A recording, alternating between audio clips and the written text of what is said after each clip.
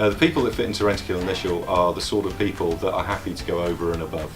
It's not a normal 9 to 5 environment, no matter which of our businesses you're in. You really need to be prepared to put yourself out for your colleagues and also your customers. The type of person that would fit into working for our business would be tenacious, hardworking, like a challenge and fun. A problem solver. Needs to drive themselves but also work as a team. They'd like to take an adventure.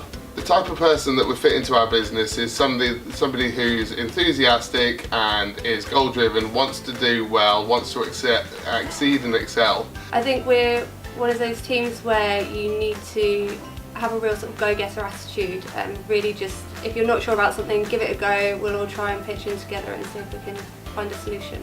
If you like working hard, it's something that keeps your interest. I always say it's a great job for nosy people. So you go to lots of different businesses, get to see how things work. So yeah, if you're up for a challenge, it's the right place for you. What type of person works well in Rentokil? You know, it's almost an impossible question. In my role, I have seen all types of age, gender, ethnicity coming through, and they've all been really successful at what they do. But what they actually all do have in common is the drive, determination and willingness to be successful.